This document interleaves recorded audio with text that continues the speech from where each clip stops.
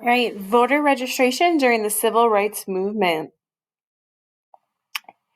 So, voting rights. Voting is a right that is given to all American citizens 18 or older.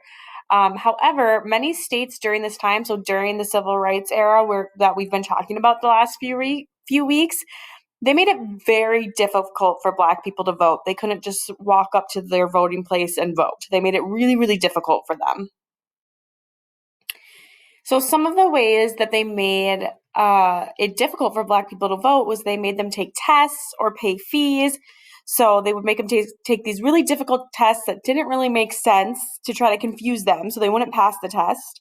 Or they would make them pay a poll tax, often which people could not afford. They even did silly tests like guessing how many jelly beans are in a jar or how many bubbles are on a bar of soap.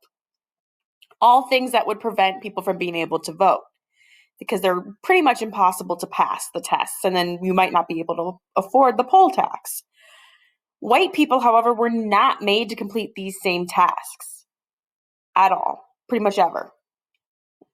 So it was only Black people that were targeted to pay fees or take different tests. So voter registration efforts took place during the civil rights movement to try to get Black people to vote. White officials and white people wanted to keep Black people from voting so that they would not be represented in government. They did not want Black people to have rights. They did not want them to be equal. They wanted to keep them down. They wanted to oppress them or make their lives more difficult. And if they got representation in government, different laws like Jim Crow and things like that would be able to be replaced or taken away, or different laws about voting or different laws about education, and all these things that would positively impact Black people could change if they were able to vote people into their government that agreed with their views, or people of color into the government. Right, so the civil rights movement decided to fight back by getting Black people to vote. So this is an example in this picture here of people lining up to register to vote. So eventually they had success with the Voting Rights Act of 1965. So it was a success.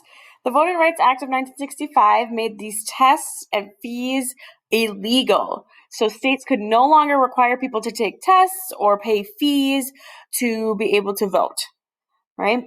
However, there are still obstacles that are put in place to try to prevent Black people from voting, but the Voting Rights Act was a huge success for those fighting for the civil rights movement.